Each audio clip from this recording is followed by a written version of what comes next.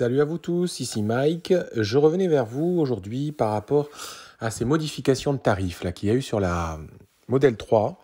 Et donc je voulais reanalyser un petit peu la situation actuelle et vous expliquer pourquoi je pense que la LOA est peut-être le bon créneau à prendre.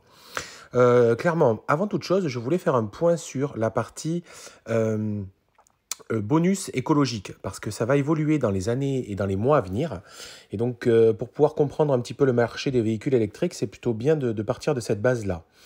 On va voir que la Tesla Model 3 SR Plus est donc passée en dessous des 45 000, d'où effectivement cette remise importante, parce qu'elle bénéficie maintenant des 7 000 euros de bonus éco.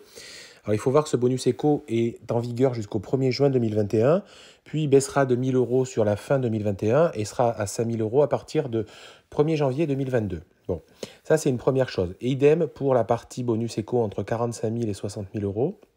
Bon, actuellement, en tout cas, les modèles 3 long range et performance en France, donc on a le bonus à 3 000, puis à 2 000, puis il restera 1 000 euros l'année suivante. Donc voilà, donc ça c'était une première base sur laquelle je voulais qu'on aborde deux sujets.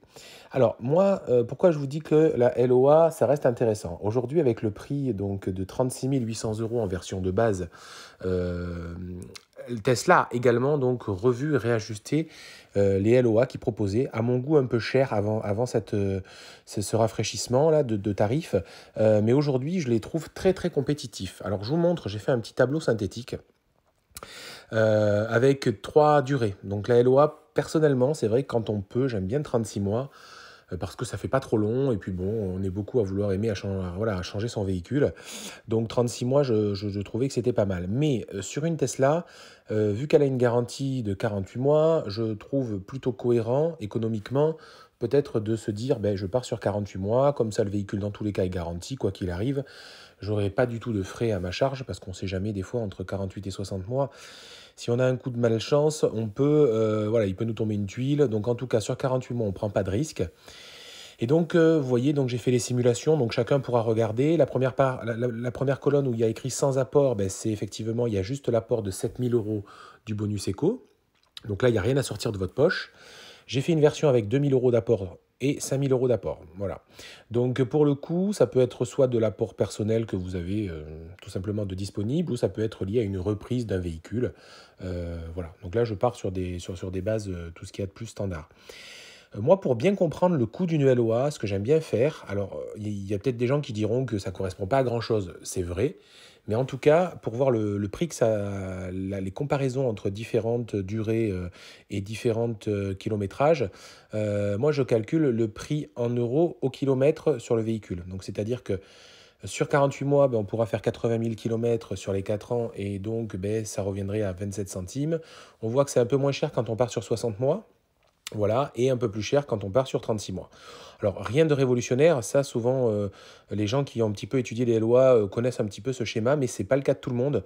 Donc, pour bien comprendre voilà, comment fonctionne la LOA, on est sur ce coût d'usage-là du véhicule. J'aborderai pas du tout le sujet du prix de rachat final, car moi, je pars du principe aujourd'hui que la LOA, c'est pas fait pour la racheter. Alors on pourra peut-être trouver un intérêt dans 48 mois ou dans 60 mois de se dire ça vaut peut-être le coup, je la rachète, mais en tout cas ça ne doit pas faire partie intégrante de la prise de décision dans une LOA à mon avis. Voilà. Moi, personnellement, aujourd'hui, je trouve que la formule donc, la plus adaptée, c'est celle à 451 euros par mois sur 48 mois. À ça, il faudra bien penser à déduire l'économie de carburant que effectivement vous allez faire avec un véhicule électrique.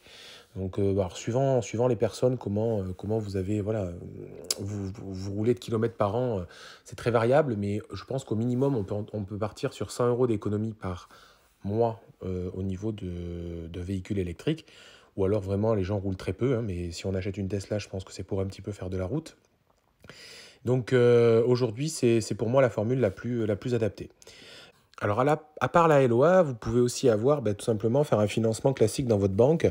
Alors je vous ai montré deux trois petites infos. On parle très souvent du prêt BNP sur 108 mois à 1%, qui est, je pense, le plus compétitif en France, c'est clair.